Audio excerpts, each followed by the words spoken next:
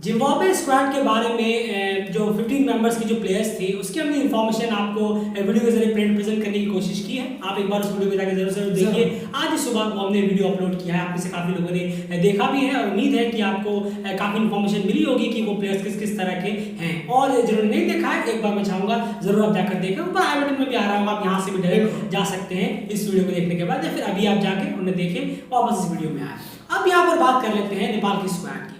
जब जिम्बाब्वे का अगर स्क्वाड आया था अयान, तभी हमें लग रहा था कि आज डेफिनेटली नेपाल का स्क्वाड आएगा और बिल्कुल आज स्पॉट ऑन नेपाल का स्क्वाड भी आ गया। तो नेपाल की स्क्वाड की बात करें तो वनडे और टी20 दोनों मिलाकर 23 मेंबर्स की स्क्वाड अनाउंस हुई है। सबसे पहले इस पे एक रिएक्शन आपका कि 23 मेंबर्स की स्क्वाड ओडी और टी20 दोनों में मिलाकर सिर्फ 6 मैचेस की। बिल्कुल, और कहीं ना कहीं ये ज़्यादा भी लगती है कि चलिए बहुत ज़्यादा स्क्वाड है, 17, 18, 19 की भी होनी चाहिए या 16, 17 जनों की भी होनी चाहिए थी। पर वहीं पर अगर दूसरे व्यू को देखा जाए, दूसरे परसेप्शन को देखें तो लगता है कि चलिए लिस्ट ये मैचेस हैं, यहाँ पर ज़्यादा से ज़्यादा मौके देना चाहते होंगे, ज़्यादा से ज़्यादा खिलाना चाहते होंगे इन प्लेयर्स को।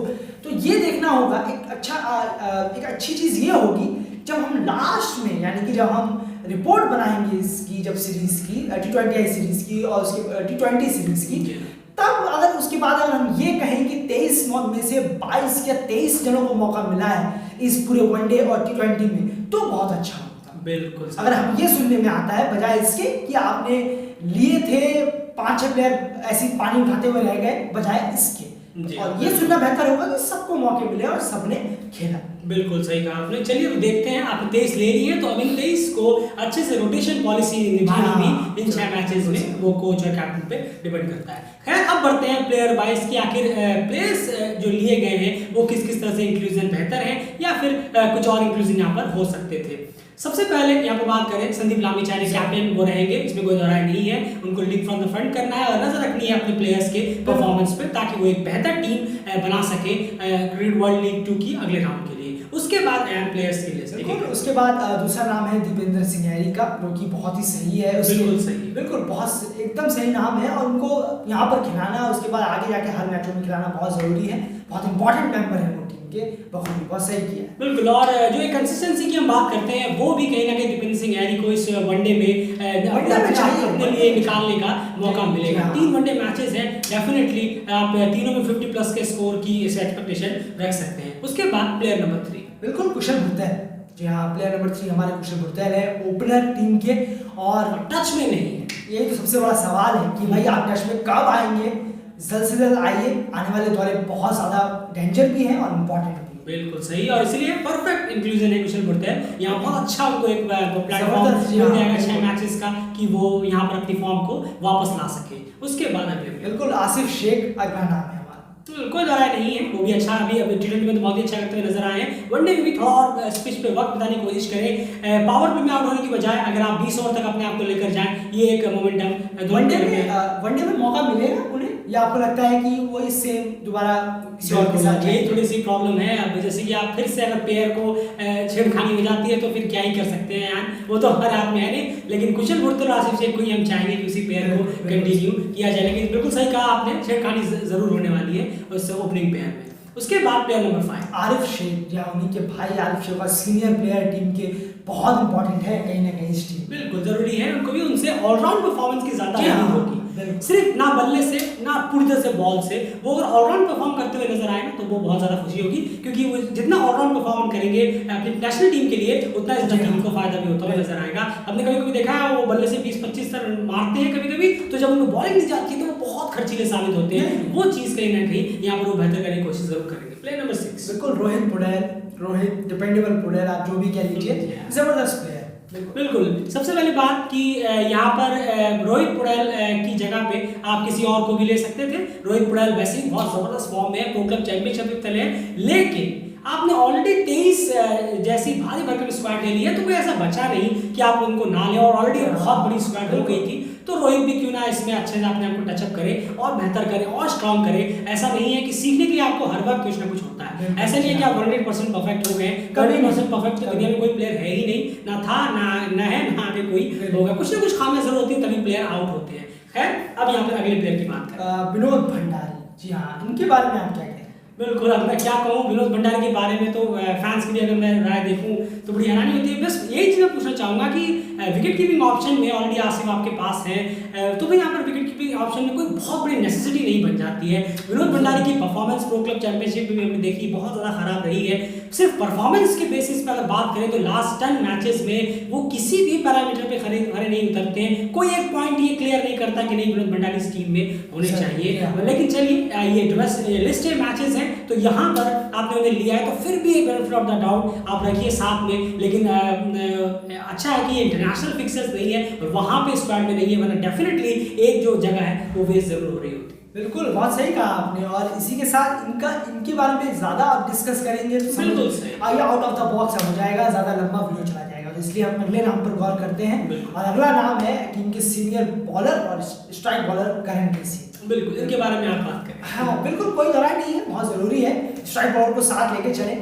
जितना मौका मिलेगा, जितना ज़्यादा टचअप पे रहेंगे उतना ज़रूरी है। और वनडे है तो उम्मीद होगी, वनडे में ज़्यादा उम्मीद होगी कि आप ज़्यादा से ज़्यादा अच्छा परफॉर्म करें और बेहतर करें टीम के लिए, और आने वाले मैच जो है उसके लिए फुल ऑन तैयारी जारी रहे। बिल्कुल। एंड अगले प्लेयर सोमपाल कामी होंगे। या तो मैं आपसे एक छोटा सा क्वेश्चन पूछना चाहूंगा, करण केसी और सोमपाल कामी को कहीं ऐसा नहीं लगता आपको कि वनडे मैचेस में, 3 वनडे मैचेस में तीनों में अगर वो खेलते हैं, उम्मीद भी है कि वो तीनों खेलेंगे, कि जैसे कि हम कहते हैं कि बॉलर्स जो है कुछ नया सीखते हैं। जी हाँ, अपने फ्री टाइम पे जब वो इंटरनेशनल के अलावा होते हैं, तो कहीं ऐसा नहीं है कि कहीं कुछ नई डिलीवरी है, कहीं कुछ नई वेरिएशन टाइप की करण या फिर सोमपाल यहाँ पर अगर सीखे तो और ज्यादा बेहतर होगा। बिल्कुल, या कोई वो चीज जो निकल नहीं रही उनके हाथ से, जो पहले निकल रही होगी, उसे वापस लेके आए। जरूर। देखिए, अब कंडीशंस के ऊपर बहुत डिपेंड करता है ना।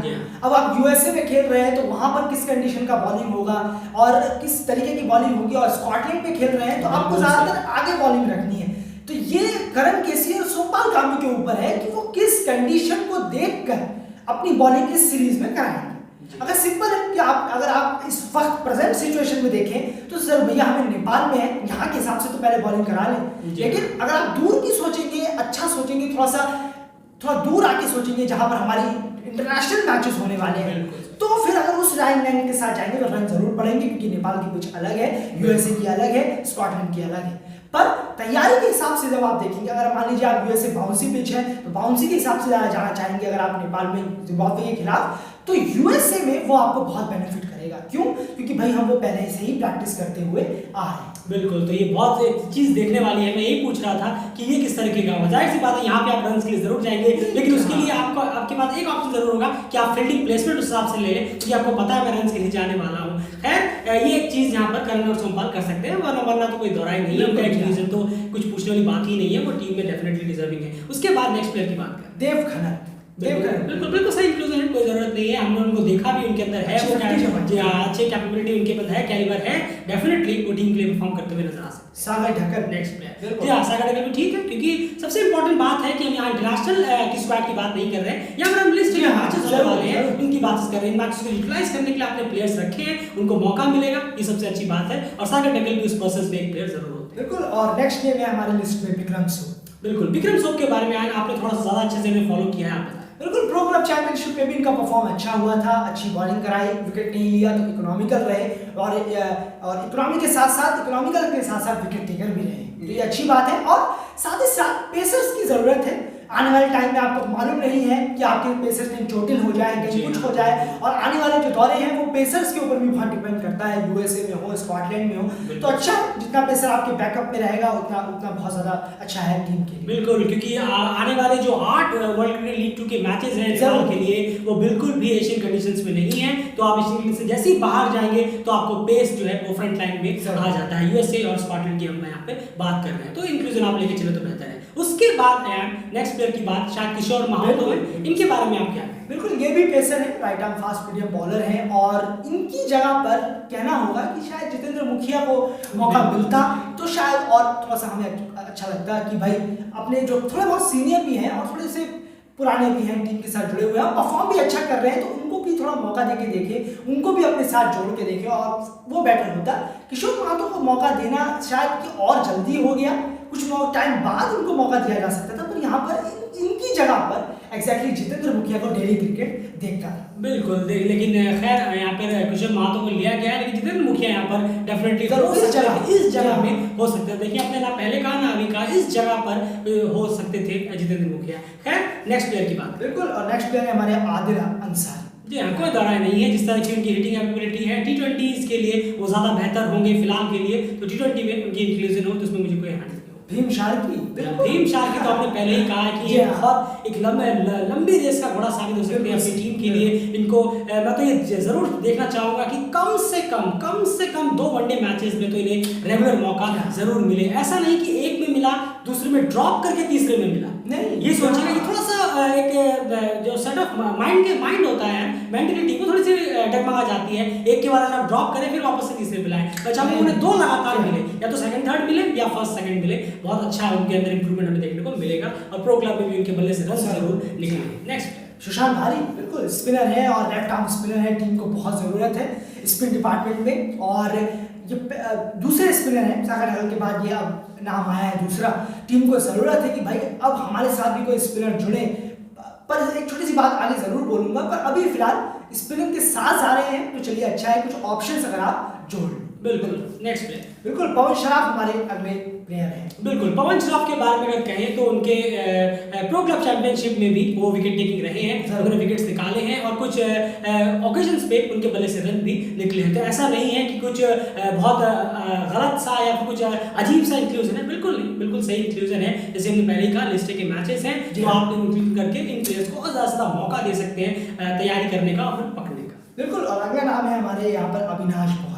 बिल्कुल कोई दौरा नहीं आया, बॉलर है आपकी बात नहीं, बिल्कुल सटीक नाम है और इस पर कोई दौरा नहीं है। T20 के लिए उन्हें रखा गया है, बहुत अच्छा है, क्योंकि अविनाश बोहरा को T20 के लिए कुछ लड़के अगर T20 के लिए इंक्लूड किए जाएं, ये बहुत जरूरी है आजकल के क्रिकेट में। हम कब से कह रहे हैं बहुत जरूरी है कि आप 2 टीमें बनाएं, 2 टीमें हो अलग अलग, एक को इस पे ना भरे उसको इस पे ना भरे, 3 4 5 प्लेयर 4-5 तो बस सेम रहे, बाकी 6 से 7 प्लेयर कम से कम अलग रहे T20 में वनडे से, तो ये बहुत अच्छा होगा। बिल्कुल बहुत अच्छा होगा। और आपने पेस की स्क्वाड बनाई है तो इसको जरा करिए, दिखाइए इस बार। चलिए इंटरनेशनल आप इसलिए नहीं चाहते, कम से कम डोमेस्टिक यहाँ पर तो इस चीज को रिस्क में ले सकते हैं आप वनडे और T20 में। नेक्स्ट प्लेयर बिल्कुल हमारा अगला नाम है लोकेश बाम, माफ कीजिएगा बशीर अहमद। जी हाँ, बशीर अहमद हमारे अगले नाम है। बिल्कुल यार, बशीर अहमद की अगर बात करें प्रो क्लब चैंपियनशिप में हाईएस्ट विकेट टेकर ये रहे हैं और क्लोजली आपने ज्यादा फॉलो किया है, जरा बताएं आखिर बशीर अहमद के बिल्कुल। और रन भी इन्होंने बनाए हैं, 5 मैचों में 119 रन है, 5 मैचों में 10 विकेट है, और ये भी स्पिनर है। ये भी स्पिनर है, तो हैरानी है ये थोड़ा सा कि इनको भी इंक्लूजन किया गया है। फिर से मैं एक छोटी सी बात बार बार कह रहा हूँ आपको कि बाद में बताऊंगा और इम्पोर्टेंट है वो बात। बशीर अहमद फिलहाल अभी इस टीम में इंक्लूड हुए हैं, अब कितने अच्छे होंगे ये आने वाला वक्त ही बताएगा। बिल्कुल, और यार मुझे लगता है कि मैं थोड़ा आपकी समझने लगा हूँ इशारा कि आप किस तरफ लेके जाने वाले हैं। मैं सुनना जरूर चाहूंगा कि आप कहना क्या चाह रहे हैं। उम्मीद है हमारे जो भी व्यूअर्स हैं वो जरूर सुनना चाहिए। आखिर ये चौथा स्पिनर हो चुके हैं, क्या कहने की किस तरफ क्रिकेट बढ़ रहा है और क्या कहना चाह रहे हैं। नेक्स्ट प्लेयर की बात करें लोकेश बाम। लोकेश बाम डेफिनेटली एक जैसे कि उनको मौके मिले थे बीच में प्रो क्लब चैंपियनशिप में, बहुत ही बुरी तरह उन्होंने अपने मौकों को गंवाया है, लेकिन यहाँ पर उन्हें वापस से मौका मिला है। उम्मीद करेंगे कि वो समझेंगे कि इन मैचेस की इंपॉर्टेंस कितनी ज़्यादा है। या आपको मौके मिल रहे हैं, ये बहुत अच्छी बात है। कई प्लेयर्स को मौके नहीं मिलते हैं, वो बेंच ही वार्म करते रह जाते हैं। आपको बैटिंग में भी मौका मिला है, तो ये बहुत अच्छी बात जरूर है। चलिए देखते हैं कि लोकेश बाम किस तरह परफॉर्म करते हैं, लेकिन इंक्लूजन बिल्कुल बुरा नहीं है। T20 में वो एक बेहतरीन हार्ड हिटर होकर निकल सकते हैं। नेक्स्ट विवेक यादव। जी हाँ, बिल्कुल यार, विवेक यादव को देख के बस यही सॉरी फील कर सकते हैं और कुछ नहीं कर सकते हैं। उनको मौका ही नहीं मिलता, वो स्क्वाड में जाते हैं, वो बेंच पे रहते हैं, उनको दिखाया भी जाता है वो बेंच पे बैठे हैं, अपने को प्लेयर से बात कर रहे हैं, कभी कभी वो ड्रिंक्स लेकर आ रहे होते हैं, लेकिन अफसोस की बात कि उन्हें हम मेन स्क्वाड में मेन इलेवन में देख नहीं पाते। मैं उनको वनडे में ज़्यादा देखना प्रेफर करूंगा। T20 में वो भले ही क्वालिफायर में खेले थे, लेकिन वनडे में मैं चाहूँगा अगर वो रेगुलर एक प्लेयर बन पाए, बहुत ज़्यादा बेहतर जगह होगी। किन की जगह पे उनको रेगुलरिटी पे रखा जा सकता है, थोड़ा बोल्ड है, वो मैं आपको जरूर बताऊंगा आगे। फिलहाल अगले प्लेयर बिल्कुल अगले हैं हमारे एक और स्पिनर। जी हाँ, साहब आलम। जी हाँ, साहब आलम यहाँ पर एक और स्पिनर हो जाते हैं। अच्छी बॉलिंग कराई थी प्रो क्लब में, बहुत इकोनॉमिकल रहे, विकेट भी निकाला था, बहुत अच्छा इंक्लूजन है इनका इस T20 में, माफ कीजिएगा इस स्क्वाड में।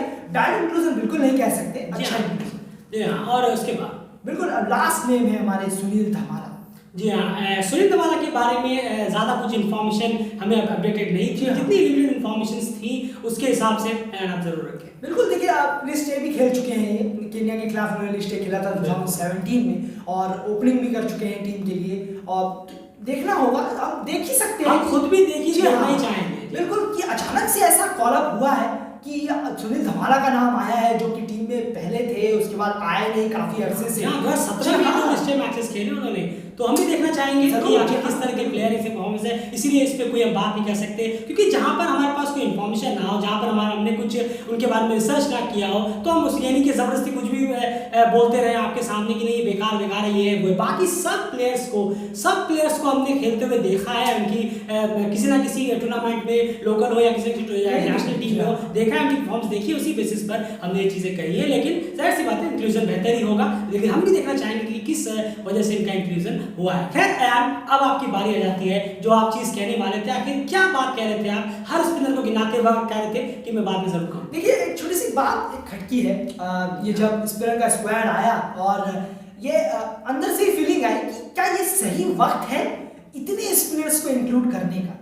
अभी देखिए, अब थोड़ा सोचिए, आपने जब इंक्लूड करना था आपको, तब आपने इनका इंक्लूजन नहीं, मैं समझ गया था यार। ओमान में, यूएई में, नेपाल में आपने इनका इंक्लूजन नहीं किया, आप बुरी तरीके से वहां पे चकमा खा गए कि भाई ये जो, हाँ बिल्कुल, ये जो क्या है ना सिलेक्शन का क्राइटेरिया था कोचिंग का भी कि हमें भैया लेना है स्पिनर, इस वक्त लेना है, आप वहां पर सुपर फ्लॉप आप साबित हुए। लेकिन जब आप देख रहे हैं कि सामने यूएसए और स्कॉटलैंड का भारी भरकम दौरा है, 8 मैचेस है, तो क्या इतने स्पिनर्स को उस वक्त लेना जहां पर इतनी बेनिफिट हमें देखने को मिलती नहीं है। संदीप लामिछाने से बहुत उम्मीद होगी, क्योंकि उनका जो वास्ट एक्सपीरियंस है विदेशी पिचों पे, वो काम आएगा, बिल्कुल काम आएगा। पर दीपेंद्र सिंह आपके पास ऑलरेडी है, पर उसके अलावा सुशांत भारीका, साहब आलम का, पवन शराब भी एक हो जाते हैं वहां पर, उसके बाद आपने एक और स्पिनर को टीम में रख लिया है, तो ये सब चीजें सागर ढकल टीम में मौजूद हो जाते हैं, और एक एक्स्ट्रा स्पिनर को आप बुला लेते हैं जो कि बिल्कुल सही नहीं है। यूएसए और स्कॉटलैंड का दौरा है, पेसर्स को रख रहे हैं वो ठीक है, बैकअप प्लान है, लेकिन स्पिनर्स को रख रहे हैं तब जब दूर दूर तक कुछ है। जी हाँ, ये सबसे इम्पोर्टेंट बात है कि आपने इन मैचेस को किस तरह से यूज करने की कोशिश की है, उसका एक पहला लूप होल यहाँ क्लियर कट सामने खुला नजर आ रहा है कि कंप्लीट लूप होल। एक चीज अगर हम कहें, 6-7 स्पिनर्स आपने इस तेज मेंबर की स्क्वाड के लिए हैं, जिनका बहुत ही मिनिमम जो है आप कहें यूज होने वाला है यूएसए और स्कॉटलैंड की जैसी पिचेस पे। तो ये कहीं ना कहीं एक हैरानी भरा फैसला जरूर है। ओमान माफ कीजिएगा, जो T20 वर्ल्ड कप ग्लोबल क्वालिफायर्स हुए थे, वो वहां की बात करें, जो आपने श्रीलंका के खिलाफ श्रीलंका में जाकर जो आपने परफॉर्मेंस की थी क्वार्टर सीरीज से पहले, इन सब जगहों में अगर आप स्पिनर्स को ज्यादा से ज्यादा इंक्लूजन करते तो कुछ समझ में भी आता कि नहीं चलिए क्वार्टर सीरीज में अगर आप करते तो आपको लगता नहीं यार अभी वर्ल्ड कप क्वालिफायर खेलना है, उससे पहले स्पिनर्स अच्छे होंगे। आप श्रीलंका वाले में उसमें 4 मैचेस में अगर करते तो ज्यादा से ज्यादा करते तो अच्छा होगा, ये समझ में आता कि चलिए नहीं हमें अभी यूएई की पिचेस पे जाकर खेलना है। और देखिए यूएई की पिचेस पे जाके मार्क पॉटर स्पिनर्स ने क्या बड़ा बुरा हाल किया, और वहीं पर यूएई की तरफ से यूएई में जाकर सोमपाल कामी और करण किसी ज्यादा से ज्यादा विकेट निकाल रहे हैं। तो ये कहीं ना कहीं बात है, ये सही बात है यार कि ये पहचानने में थोड़ी सी गलती जरूर हुई है कि आपने इतने स्पिनर भर लिए, जबकि स्पिनर्स का काम अभी आगे जाकर आप कम से कम 8 मैचेस में 2 महीने बिल्कुल भी नहीं होने वाला, 2 महीनों में बिल्कुल भी नहीं होने वाला। ये थोड़ा सा हैरानी करने बड़ा फैसला, यहाँ पे दो कम से कम पेसर्स को उनकी जगह पे इंक्लूड किया जा सकता था। वही अगर बात करें जो मैं कह रहा था विवेक यादव को, जैसे कि ज्ञानेंद्र मल्ला के बारे में काफी लोगों ने पूछा, मैं आपसे एग्जैक्टली पूछने वाला था कि ज्ञानेंद्र मल्ला के बारे में आप क्या कहेंगे? बहुत बड़ा एक्सक्लूजन हुआ है उनका बजाय इंक्लूजन। बिल्कुल, इसमें कोई दरार नहीं है, क्योंकि यहाँ पर ये इंटरनेशनल मैचेस भी नहीं थे, यहाँ पर कम से कम शायद एक्सपेक्ट कर रहे थे कि ज्ञानेंद्र मल्ला यहाँ पर जरूर स्क्वाड में लिए जाएंगे। 23 मेंबर स्क्वाड में भी वो यहाँ पर नहीं जुड़ने वाले। इसका एक छोटा सा रीजन समझ में आता है, एक पर्सनल ओपिनियन है, जाहिर सी बात है, सबकी राय अपनी अलग हो सकती है। जब प्रोड्यूसर कोच यहाँ पर हायर होकर आए थे, जब उनका एक इंटरव्यू हुआ था, उन्होंने इंटरव्यू में क्या क्या कहा था वो भी हमने आपके सामने वीडियो लेकर आए थे, आप सबने बहुत देखा भी था उस वीडियो को। तो यहाँ पर सबसे बड़ी बात है, वहां पर प्रोड्यूसर ने एक चीज कही थी कि ऐसा कुछ नहीं है, मैं पूरी कोशिश करूंगा कि सबके बीच में, सबके प्लेयर्स के बीच में सब कुछ ठीक हो जाए, तालमेल बेहतर हो जाए, मुझे पूरी उम्मीद है कि ये चीजें बेहतर हो जाएंगी। ये उनका एग्जैक्ट बयान था, आप उनका इंटरव्यू जाके सुन सकते हैं। उसके बाद मैचेस हुए, क्वाड्रैंगुलर सीरीज हुई, T20 क्वालिफायर्स हुए और क्रिकेट वर्ल्ड लीग 2 का ये जो यूए का दौरा हुआ वो भी कंप्लीट हुआ। ये सारे दौरे कंप्लीट होने के बाद जब प्रोड्यूसर का वापस से आया कि नहीं, डेफिनेटली टीम्स में वो कॉम्बिनेशन बन नहीं रहा, यहाँ पे गुड्स जरूर है, ग्रुप चल रहा है।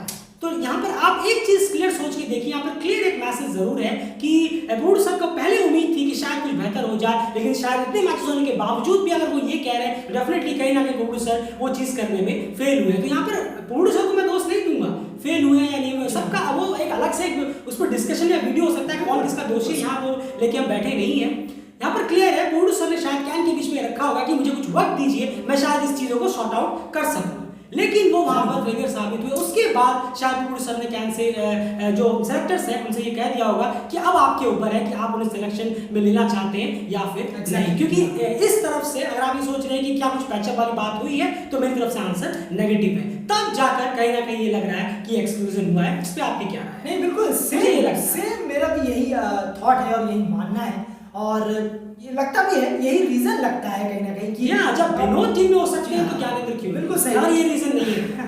बिल्कुल सही कहा आपने। और पहले की बात सर की और उसके बाद फिर दूसरी बात निकल आती है, तो ये दोनों बात बहुत अलग अलग हैं, और उसके बीच पर जो सीरीजेस हुई है, जो कहानी घटी, जो कुछ भी हुआ वो सब हमने देखा, जो निकल के आई बातें, और एग्जैक्टली यही है कि उन्होंने बोर्ड के सामने रखा कि आई एम सॉरी, अब मुझसे नहीं हो पाएगा, टीम में गड़बड़ी चल रही है, आपको जो करना है एक्सक्लूजन या इंक्लूजन अब वो आप कर लीजिए। बिल्कुल एक्सक्लूजन उनका होगा। जी हाँ, यही सबसे बड़ा एक रीजन नजर आता है, वरना इन मैचेस में उनको ना लेना एक बड़ी बात है। और हाल ही में दीपेंद्र सिंह यानी आया इन सब चीजों के बीच में एक बड़ी अच्छी नहीं बात कही कि मुझे ये सब इन सब से कोई मतलब नहीं है, कौन किसका गुट है, कौन क्या गुट है, मैं किसी भी ग्रुप में नहीं हूँ, मैं अपने देश के लिए खेल रहा हूँ और मैं अपने देश के लिए लगातार परफॉर्म करता रहूँगा। बहुत सही सोच है सर। फिलहाल इस वीडियो में इतना ही। वीडियो को प्लीज लाइक जरूर करिए एफर्ट के लिए। यही प्लेयर्स की इंक्लूजन को लेकर एक रिव्यू था हमारा, और उम्मीद है कि आपको पसंद आया होगा। साथ वीडियो को शेयर करिए ताकि लोग इस वीडियो को देख सके। चैनल को सब्सक्राइब जरूर कर लीजिए। और अभी यार ये कंफर्म नहीं है कि हम इन मैचेस की पोस्ट मैच एनालिसिस लेकर आएंगे या नहीं, ये क्लियर है कि अभी फिलहाल उम्मीद बहुत कम है कि मैचेस की हम पोस्ट मैच एनालिसिस लेकर आएंगे। उसका सबसे बड़ा रीजन है कि लाइव स्ट्रीमिंग इंडिया में अगर हम कहें अभी तक बिल्कुल भी कंफर्म नहीं है, फैन कोड तक ने कंफर्म नहीं करी है कि वो देने वाला है या फिर नहीं। तो इसलिए अभी देखते हैं कि क्या कुछ होने वाला है। हम भी खुद सोच रहे हैं यार प्लीज हो जाए कुछ, कहीं से कुछ लाइव स्ट्रीमिंग आ जाए। फिलहाल इस वीडियो में